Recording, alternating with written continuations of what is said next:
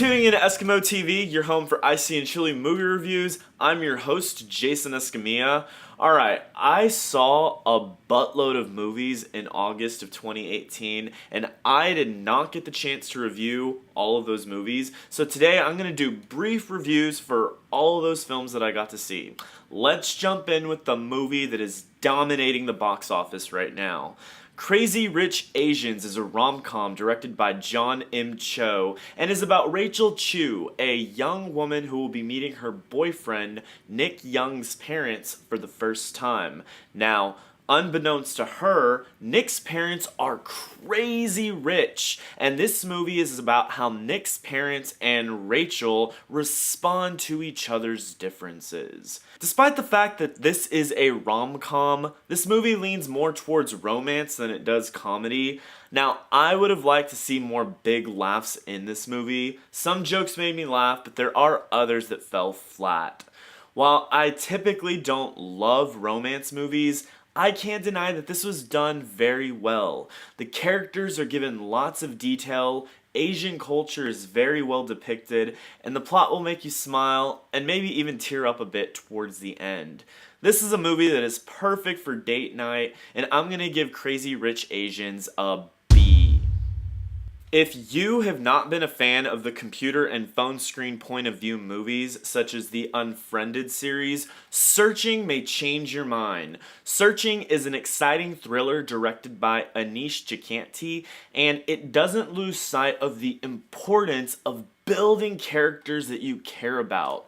The movie stars John Cho, who portrays a loving dad named David, whose daughter Margot goes missing. I really liked these characters, and John Cho has really shown his range of talent from excelling in comedy roles like the Harold and Kumar series, and being able to play more serious roles such as this. I really liked him as the dad who was very concerned about his daughter and was also very smart. Sometimes too smart. There are times I thought this guy should really become an FBI agent. Overall, I enjoyed his character. This movie is very realistic, and that's why I think it's so effective. It really felt like this was something that happened or could definitely happen to you or someone you love. These likable characters feel very real. The technology used felt very real too. You almost forget you're watching a movie that's exclusively using phone and laptop screens as you get so invested in the thrilling story. There's only a few things that felt a little bit not real, such as the detective working so closely with John Cho, and that someone in the family uses the app Address Book to keep all of the daughter's friends with their phone numbers and description of who all these friends are. It's not too implausible, but that's not something I would do, so I did think it was a bit off. If I want to keep people's phone numbers, I save it to my phone, not on the computer. Aside from that though, Searching is the best phone laptop perspective film made to date, is one of my favorite movies this year, and I'm gonna give it a B+. Happytime Murders stars Melissa McCarthy and is an uncreative, lazily provocative film that has no positive message or significant messages to deliver to the audience. McCarthy teams up with the puppet investigator Phil Phillips to figure out the mystery of who is killing puppets from an old TV puppet show. While this movie may produce smirks from audiences who enjoy mindless humor, it relies too heavily on the idea that cursing puppets is automatically supposed to be funny. If you think puppets cussing, doing drugs, and having sex is funny, you might like this movie. But even then, the same raunchy joke being made throughout the whole thing, it just gets really old, and it feels like zero effort was put into making this movie unique, clever, or creative. And with that being said, Happytime Murders gets a D-. Operation Finale is directed by Chris Wyatt and is an informative historical drama. This movie is great for history class, and that's about it. It's informative and it features decent performances.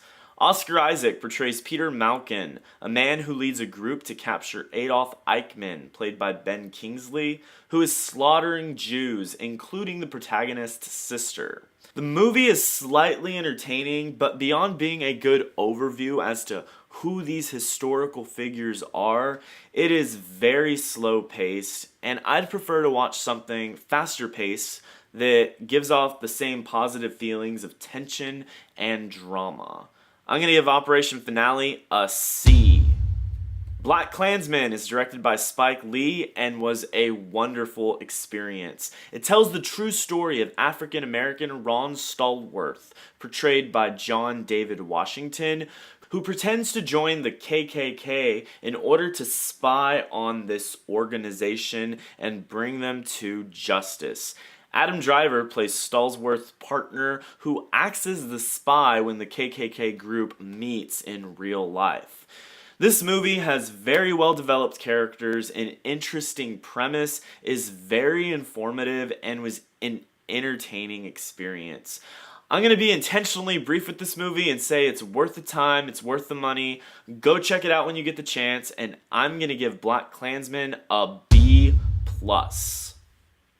Slender Man is one of the worst movies I've seen this year. The hollow main characters might as well have been named Girl 1, Girl 2, Girl 3, and Girl 4, because there's almost nothing unique about any of them to make them stand out or feel very real. The plot is almost non-existent after the setup, as the main characters attempt to summon Slender Man thinking that he's not real. Not surprising to any of the audience members, Slender Man is real, and one of the girls immediately goes missing. The plot becomes a jump scare fiesta after this cliche setup as the remaining girls try to recover their taken friend. What unfolds is a plot involving characters you know nothing about and was a very boring experience. None of the girls have unique qualities about themselves to make you truly care about any of them. This plot needs more substance and details to feel real. We don't know enough about Slender Man to believe this story. This movie could have been called The Boogeyman because there's nothing that makes Slender Man any different. I'm going to give Slender Man a big F. My favorite film that I saw for the month of August was The Wife, which is based off the novel by Meg Wolitzer. It's directed by Bjorn Rung and is a film that starts off slow but builds characters and a plot that pleasantly shook me. This movie looked bland and I was not expecting something I would love so much, but I ended up loving this movie. This plot involves an older couple, Joanne and Joe Castleman, portrayed by Glenn Close and Jonathan Pierce, as they travel so Joe can accept the Nobel Peace Prize for his work in literature. This movie has so many surprises that I'm obviously not going to give away, but those details elevated this movie to be a really enjoyable experience. Flashbacks to how Joe and Joanne met are incorporated, strengthening these characters that we are watching. The 1 hour and 41 minute duration passes by quickly. The only negative I can even think of is that the setup is a little slow at the beginning, but aside from that minor flaw, this is my favorite movie of the month. Glenn Close should be nominated for an Oscar, and I'm going to give The Wife an A-. That's what I thought about these movies that I saw for the month of August. The Nun was my next movie that I was set to review. Unfortunately, when my friend and I both were at the theater, they ran out of seats for the screening. However, all I can say is that the consensus for The Nun is that it is a jump scare fiesta with a little thin plot. This kind of reminded me what I said about Slender Man, unfortunately. The reviews are not looking too good for that movie. I do have separate reviews for Christopher Robin and Darkest Minds. I did not get the chance to see The Meg or Mission Impossible, unfortunately. Next week, I will be watching and reviewing The Predator, so stay tuned for that.